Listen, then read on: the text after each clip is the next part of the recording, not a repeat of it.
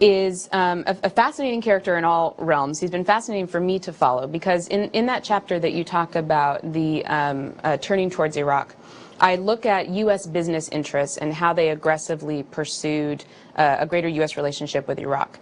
Henry Kissinger founded Kissinger Associates the same year that Ronald Reagan opened up for the first time economic relationships between the United States and Iraq. Reagan was the hottest pursuer until George Bush Sr. came onto the team and really pushed for better relationships with Saddam Hussein. But Kissinger and Associates was a lead providing advice to multinational corporations on how to operate abroad, and one of the lead advocates of enhancing the U.S. economic relationship with Iraq. Then one of his managing directors, L. Paul Bremer, left Kissinger and Associates and went to found his own crisis management company, which essentially advise multinational corporations on how to operate under the horrible consequences of corporate globalization policies. He wrote a wonderful paper where he said, you know, the policies of corporate globalization create inequality, increase the cost of services, create hostility. So corporations, you really need to buy my insurance because it's the only way to protect yourself against these policies. And then he went on and implemented those policies in Iraq. But Kissinger aggressively lobbied as well for the second Iraq war and wrote some blistering op-eds in particular arguing for the need to invade. And I would imagine, although the records of Kissinger Associates are remarkably secret, that he is now working to help advance the interests of his companies. But one of the things that has happened is that while U.S. companies have received billions of dollars for the reconstruction, the environment in Iraq is not safe. It's not what the Bush administration had hoped for 3 years in. And so the companies are sort of waiting on the edges, just like the oil companies are waiting on the edges to take advantage of this new economic environment. While they wait, however, the U.S. Middle East Free Trade Area advances, and that's where the trillions of dollars are already starting to flow. Antonia Juhasz is our guest. Her book is The Bush Agenda, Invading the World One Economy at a Time. You write, to replace the Bush agenda, we must address each of its key pillars individually: war, imperialism, and corporate globalization. Can you outline your vision of an alternative to the Bush agenda?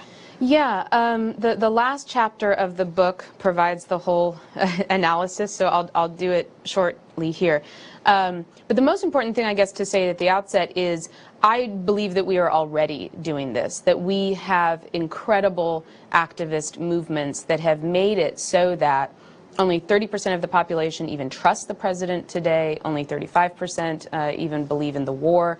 That is because of the tremendous organizing that has taken place, and that what we have to do is enlarge the mobilizing that we are already doing and just bring more people into the fold, that what we are doing is working. But the first is on the war. Obviously, I believe that we have to bring the troops home, but we also have to bring all of the economic transformers home, like the bearing points. We have to cancel all of the reconstruction contracts, and we have to make all those companies give back the money for their failed reconstruction. Make Bechtel give back $8 billion, absolutely, for utterly failing at its contractual obligations. That's Parsons with almost, I'm going to get the numbers wrong, with $5 billion, Shaw Group International with something like $5 billion.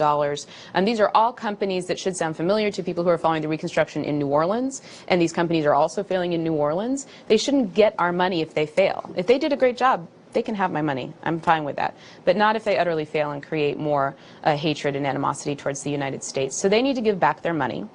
And that money, I believe, needs to be put into a reconstruction trust fund that is directed exclusively towards Iraqi companies and Iraqi workers. And in the book, I outline the dozens, if not hundreds, of Iraqi private and public companies that are more than capable of performing this work. They just need money. And the hundreds of thousands of Iraqi workers who are absolutely capable of performing this work. So the money just needs to get to them. I think most people would be surprised hearing you say this. Absolutely. That Iraqi soldiers are not ready, and certainly they hear nothing about the Iraqi business community or corporations that could be involved in this reconstruction. Absolutely. I mean, there are hundreds of state-owned enterprises, factories, consulting businesses, engineers, After the first Gulf War, Iraqi engineers rebuilt bridges, roads, electricity, water. All of these, as I said, both private and public companies are still there. What happened with the soldiers isn't that they weren't capable of being soldiers. It's that Paul Bremer fired the entire Iraqi army in his first week of being in Iraq. 500,000 men were sent home with their weapons into an unemployment environment that was 50 to 70% unemployment. They then were joined by 120,000 of Iraq's leading bureaucrats, who were also all fired by Paul Bremer at the beginning of the occupation because he didn't want people to stand in the way of his new economic regime. They all then watched as American companies came in and took billions of dollars in reconstruction money and failed. And it created enormous hostility and anger. And of the 500,000 men that were members of the Iraqi army, only some 200,000 at the best are now back in the military. And they're being trained under the American occupiers. And there's tremendous hostility still. So I don't think that the Iraqis are poor soldiers. I think they're pissed at the occupation.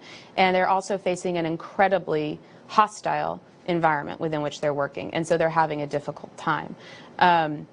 Again, that was a private company that made the decision to fire the Iraqi military. Ronco Consulting had the contract of what to do with the military, and they're the ones, I imagine, that decided they should all be fired. So reconstruction can happen, the money just needs to get to the Iraqis. I also think that there's just some tremendous work that's been done by groups around the world who have followed reconstruction that have demonstrated that the more local the decision-making is in a post-war country, the more likely you're going to get to see reconstruction really hit where it needs to be met, and the more likely people are going to commit to a locality. So as much as possible, directing reconstruction funds down, devolving them to the local level, and dispersing the reconstruction funds not in one huge spurt so that you get a Wild West mentality, which is we've got to spend it now, we've got to spend it fast, which breeds corruption when suddenly, $50 billion is dropped into anyone's lap. But to disperse it and make it a guaranteed amount over even 10, even 15 years so that the reconstruction can be done thoughtfully. And again, so that it can devolve to the local level.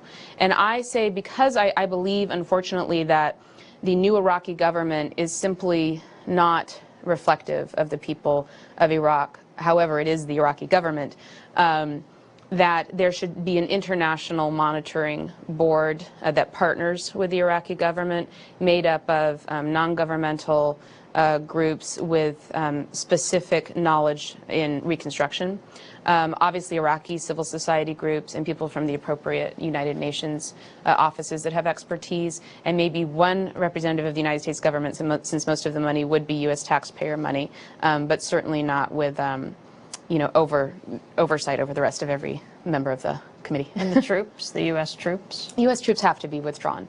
There's no way around it. It's not going to be pretty, and I think we fool ourselves if we say peace will reign on Iraq as soon as the U.S. soldiers leave, but it is still unquestionable that U.S. troops are creating more hostility than they are solving. Well, we'll have to leave it there in our next segment, talk about the peace protests in this country. Antonia Juhasz has been our guest. Her book is called The Bush Agenda, Invading the World One Economy at a Time. Thank you for joining us. Thank you. This is Democracy Now!, back in a minute.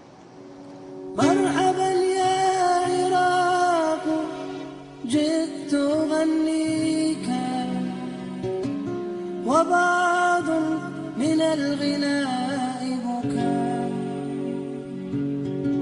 فجراح الحسين بعد جراح وبصدري من الأسى كربلاء